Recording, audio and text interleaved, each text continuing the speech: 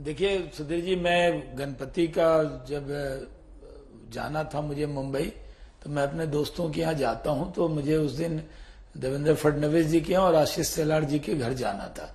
लेकिन जब मैं तैयार हुआ तो मुझे लगा पहले गैस है, फिर हमारी फैमिली डॉक्टर हैं डॉक्टर स्वाति महेश्वरी, उनसे पूछा, उन्होंने कहा कोई गैस की दवा ले लीजिए या आइसक्रीम खा लीजिए, क्योंकि उनको भी कल्पना नहीं थी कि मेरा ब्लड रिपोर्ट हर 2 महीने पे होता है, मेरी फिटनेस और मेरी जो दवा है वो पूरा मॉनिटर वो करती हैं, तो उनको कभी कल्पना ही नहीं थी कि ऐसा हो सकता है।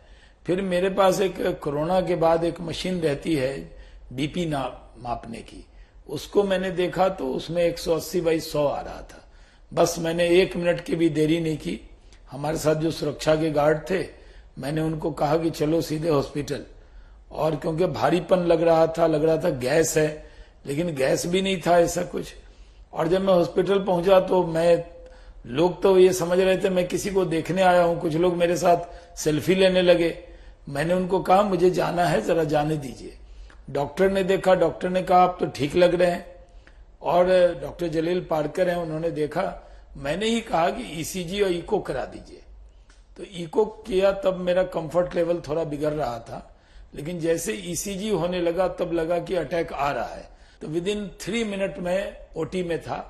हमारी मिसेज घर पे नहीं थी, मैं फोन, मेरे पार्टी के लोग थे तो मैंने उनको भी फोन नहीं किया, और वो स्कूल में थी तो उस वक्त बात नहीं हो पाई।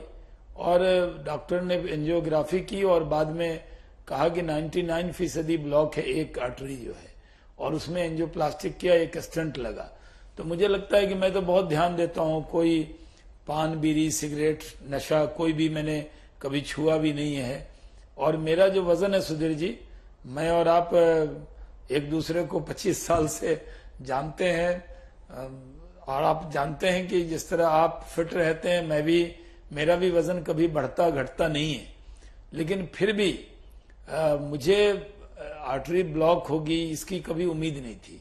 ये सही है कि सिर्फ जांच कराना चाहिए, आजकल बहुत तरीका आ गया है जो आप अपनी जांच करा सकते हैं। और जिनको भी थोड़ा भी कोलेस्ट्रॉल बढ़ा हो, या डॉक्टर ने हमें बताया कि आप अगर पहले आपको ऐसी कोई शिकायत हुई थी क्या, लेकिन मुझे 2 महीना पहले निमोनिया हुआ था, कुछ हफ्ते पहले, और निमोनिया के बाद ये जो ब्लॉकेज है इसके चांस ज्यादा बढ़ जाते हैं। तो मैं तो पूरी तरह डॉक्टर से मॉनिटर था, कोई ऐसी बीमारी नहीं है मुझे। वही कभी कोरोना हुआ था, बस ऐसे तो कोई दवा नहीं खाता मैं, लेकिन फिर भी मुझे हार्ट अटैक होगा ये सुनकर मुझे हार्ट अटैक हो रहा था कि आखिर ऐसा हो कैसे सकता है। मैं तो अपने आप पूरा ध्यान रखता हूं, लेकिन लोगों की दुआ थी, वक्त पे हुआ। और हमारे वहां तो मैं अकेला ही गया था, लेकिन पार्टी के लोग थे, उन्होंने पूरी चिंता की, और डॉक्टर ने बहुत, सुरेश विजयन है डॉक्टर, उन्होंने एंजियोप्लास्टिक किया जी। आज तो मैं इतना ही कह सकता हूं कि अब जो कोरोना काल के बाद हार्ट अटैक किसी को भी हो सकता है, तो पूरा ध्यान रखना चाहिए।